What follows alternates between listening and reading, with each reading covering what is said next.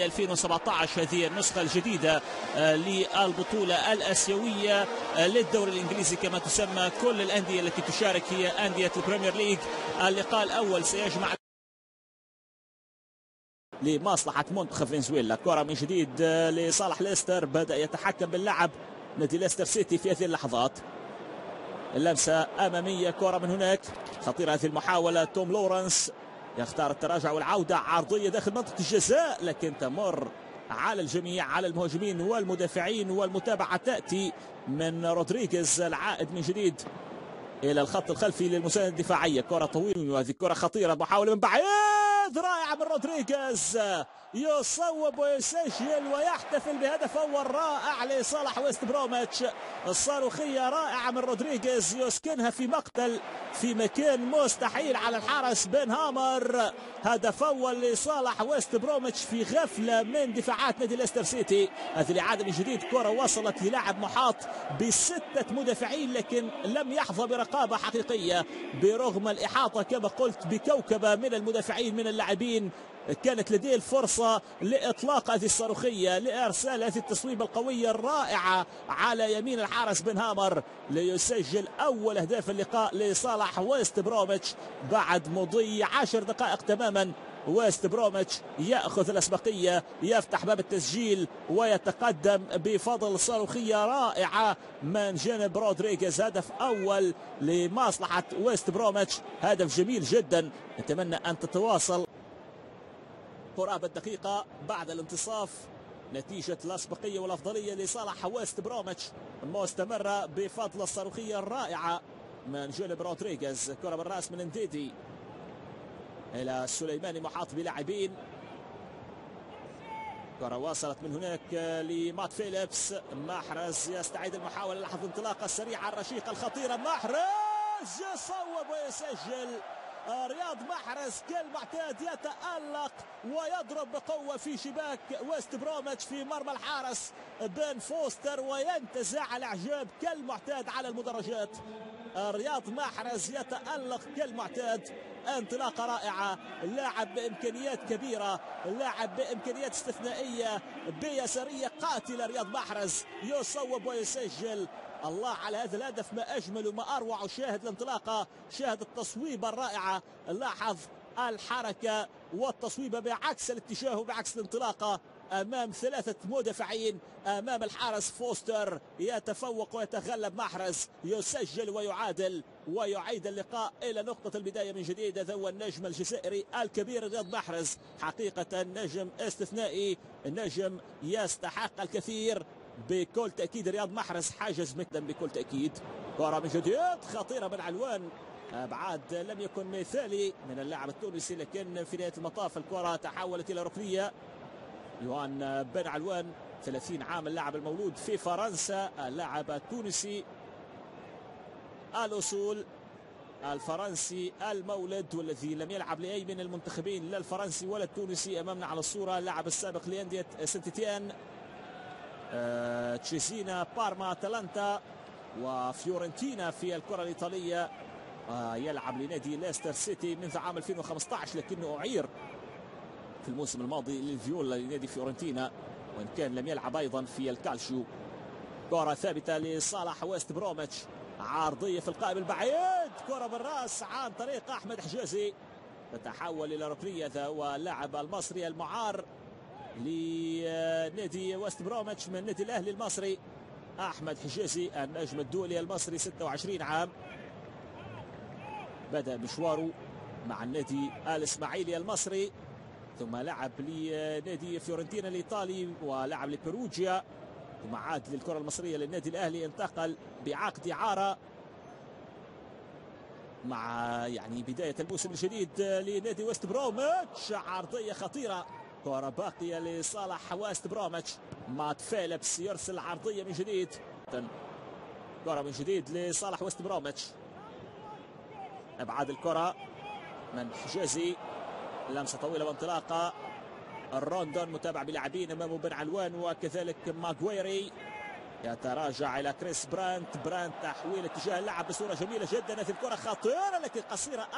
الفنان المبدع رياض محرز، هذا رياض من جديد يعكس كرة خطيرة باتجاه كازاكي، لكن الدفاع يبعدها، وانديدي يحاول ايضا امامه دفاع متكتل. بالتالي الامور باقيه عند التعادل الايجابي هدف لهدف. في انتظار الجديد ليستر يضغط بقوه، فرصه لكن لمسه تطول على توم لورنس. واضح انه ليستر يبحث عن انهاء الشوط الاول بهدف ثاني، يريد ان ياخذ محرز انطلاقا من رياض محرز، يصوب من بعيد، ياخذ القرار، يسدد ويكسب الركنيه. دائما توقع الجديد، دائما نتوقع الكثير والمثير، نتوقع الجديد كلما كانت الكرة بأقدام هذا المتألق، هذا المبدع رياض محرز. كمان أمامه مدافعين، الأرجنتيني كلاوديو ياكوبو والمصري أحمد حجازي. ركنية إذن يكسبها رياض محرز على يمين حارس المرمى، على يمين بن فوستر. أصرار واضح كما قلنا بالنسبة لفريق ليستر سيتي لتسجيل الهدف الثاني. عرضية خطيرة داخل منطقة الجزاء، لكن انديدي يرتكب الخطأ. مخالفة من جانب والفريد انديدي، ارتقاء كان خاطئ، ومدافع فريق ويست بروميتش بعيدة تماما. جميل بالصدر، استقبال رائع.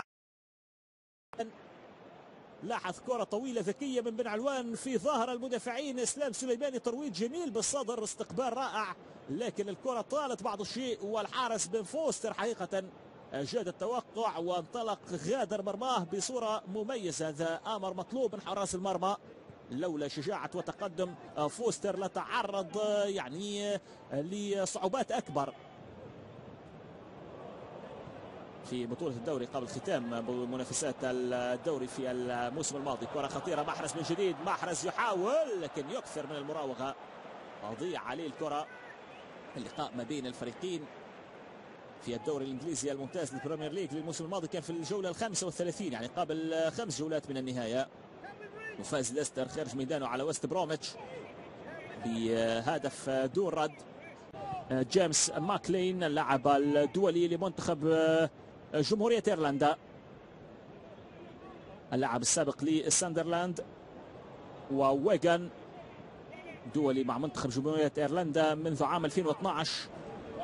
مات فيليكس اللاعب الاسكتلندي فيليبس كان متألق في شوط المباراة الأول، 7 دقائق من زمن الشوط الثاني استنفذنا الكثير منها في التوقفات في إجراء التبديلات. كما قلت في نهاية المطاف بطولة ودية استعراضية، هدفها الكبير وهدف تجاري وهدف ربما يمكن أن نقول إشهاري وإعلاني. لذلك تبعنا تشكيلة مغايرة كليا، تشكيلة جديدة كاملة من لاعبي ليستر سيتي في أرضية الميدان، وويست بروميتش مبدئيا أجرى تبديلين. طبعا كما قلت نادي ليستر استنفذ أو استبدل كل لاعبيه باستثناء الحارس بن هامر، بينما ويست بروميتش استبدل كريس برانت وجي رودريغيز صاحب الهدف بجيمس ماكلين وسانفيلد. كرة من جديد لصالح ليستر سيتي، درين كوتر، عودة للخلف إلى المدافع الجامايكي مورغان، اللمسة قصيرة.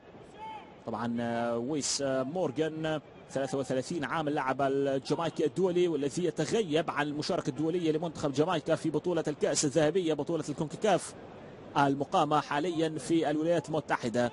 كرة من جديد لصالح موري، لمسة قصيرة، كرة 1-2 إلى فوكس في الجهة اليسرى. كما قلت اللاعب الدولي السابق للمنتخب النمساوي، اللاعب السابق في البوندسليغا الألمانية بصحبة أندية عديدة منها بوخم، ماينز والشالكي. كرة من جديد بينية أمامية باتجاه أولوا، لمسة جميلة من العملاق الأرجنتيني. كرة 1-2 1-2 محاط ب3 لاعبين. كرة في وسط الميدان، درين كوتر يحاول اللعب في الجهة اليمنى لكن كرة مقطوعة من خلال تدخل ألان النيام اللاعب الكاميروني. ضغط قوي مجددا، ليستر حقيقة يملك اسماء كبيرة حاضرة. كرة خطيرة، فوكس داخل منطقة الجزاء، التصويبة تمر إلى ركنية بعد تدخل المدافع داوسون. كما قلت ليستر سيتي لديه اسماء كبيرة سواء من اللاعبين الأساسيين من اللاعبين الحاضرين في مقاعد البدلاء، بالتالي شاهدنا تشكيلتين مختلفتين بأسماء واسنة حاضرة في أرضية الميدان. وهذا واحد من المميزين، كريستيان فوكس الدولي السابق للمنتخب النمساوي، يكسب ركنية في الدقيقة 10 لشوط المباراة الثاني. الدقيقة 55 عرضية من فوكس خطيرة داخل منطقة الجزاء. أولوا يحاول اللاعب الأرجنتيني العملاق اللاعب الهداف الخطير أولوا لاعب مميز، حاول أن يقطع نصف الكرة بالرأس. متر و85 سنتيمتر، 30 عام، لاعب السابق لأندية برايتون الإنجليزي، الماريا الإسباني، وأرسنال السرندي الأرجنتيني، وسان لورينزو أيضا. انطلاقة فيليبس من جديد، يحاول عرضية خطيرة، كرة فيليبس سهلة في أقدام المدافع سيمسون. كرة واصلت من جديد لمصلحة نادي وست بروميتش.